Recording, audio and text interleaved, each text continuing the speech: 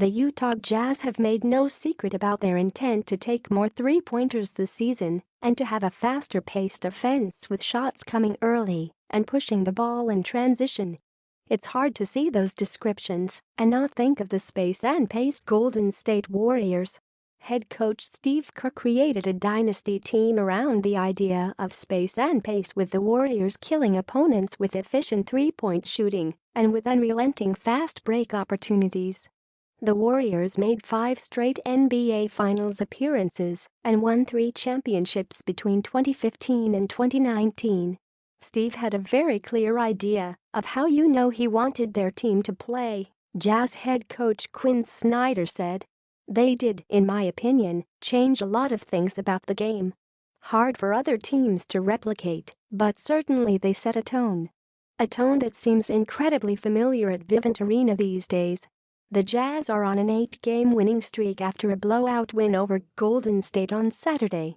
Donovan Mitchell became the fastest player to hit 600 three-pointers just 2 days before Stephen Curry moved into second place on the all-time three-pointers made list during the loss to the Jazz. The Jazz have set multiple three-point records over the last couple of weeks, and it was punctuated on Saturday when the team that once defined space and pace and boasted the most lethal offense featuring the Splash Brothers were a shell of their former selves and on the other end of a barrage of threes and head-spinning ball movement. They're trying to win a championship right now, and I think they're capable of doing so. Watching them on tape, the continuity that they have compared to where we are, it's night and day in terms of execution. They're where we were 3 or 4 years ago. Warriors coach Steve Kerr on the 2020-21 Jazz. They're trying to win a championship right now, and I think they're capable of doing so, Kerr said before the game. Watching them on tape, the continuity that they have compared to where we are, it's night and day in terms of execution. They're where we were 3 or 4 years ago. We are now trying to transition to the next phase of Warriors basketball, and there are going to be growing pains within that.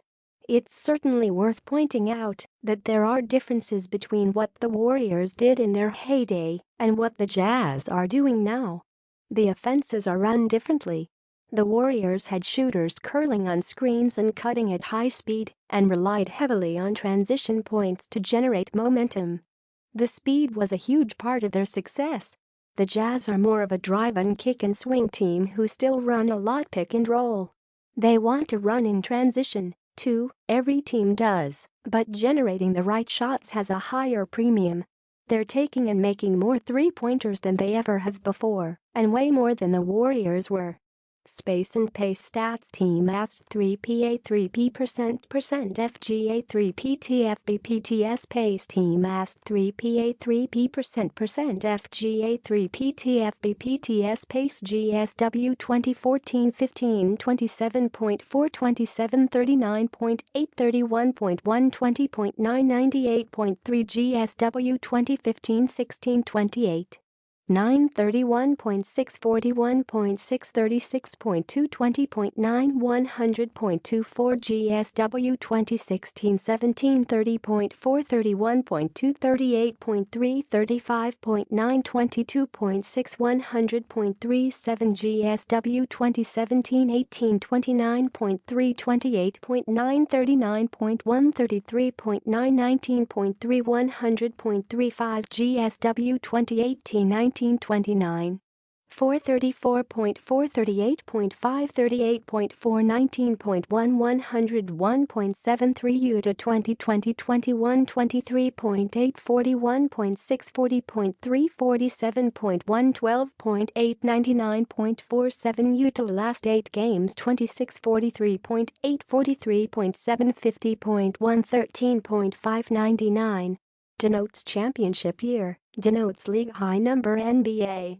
Stats: they've been good for a long time, so the continuity is apparent right away. They all know each other so well, they execute their stuff beautifully, Kerr said of the Jazz. What's different this year is they seem to be hunting threes more quickly and more often, and it's given them an even tougher dynamic. While the Dynasty Warriors regularly led the league in assists and fast break points per game while shooting at a very high percentage, just 6 years after their first championship the shooting numbers that had made them so lethal are remarkably smaller than that of what the Jazz are doing in 2021. In the 2015-16 season, which culminated in the Warriors falling to the LeBron James-led Cleveland Cavaliers in the NBA Finals, the Warriors led the league in three-point attempts per game with 31.6.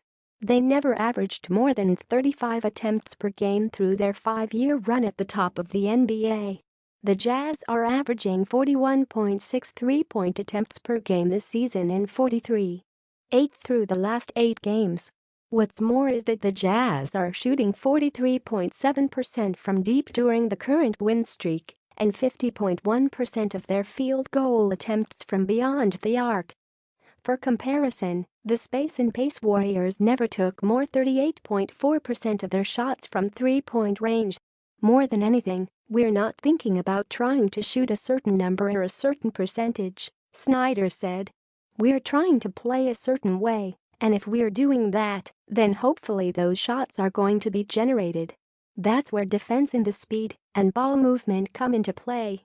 Making the opposing team take tough shots so that you're playing off a live rebound rather than taking the ball out of the basket and pushing the ball up the court at a pace that forces the defense into bad situations through movement and space. Kerr calling the Jazz contenders is not without merit. He knows a thing or two about what it takes to win a championship. And the thing about contending teams is that they usually aren't until they are. Curry used to be a second option to Monta Ellis in a starting lineup with Ronnie Torrey, winning 26 games in a season. Throughout the Warriors' 2014-15 campaign and championship run, there were questions about their consistency, about their tendency to play down to competition, about the team being turnover-prone. But then they won it all. The Jazz have made 3 straight playoff appearances and have continued to build trying to get over the hump of the first and second round of the postseason and have started the season off as one of the hottest teams in the NBA. They can still be better, but there's no reason to think that this team, as constructed, couldn't win a title.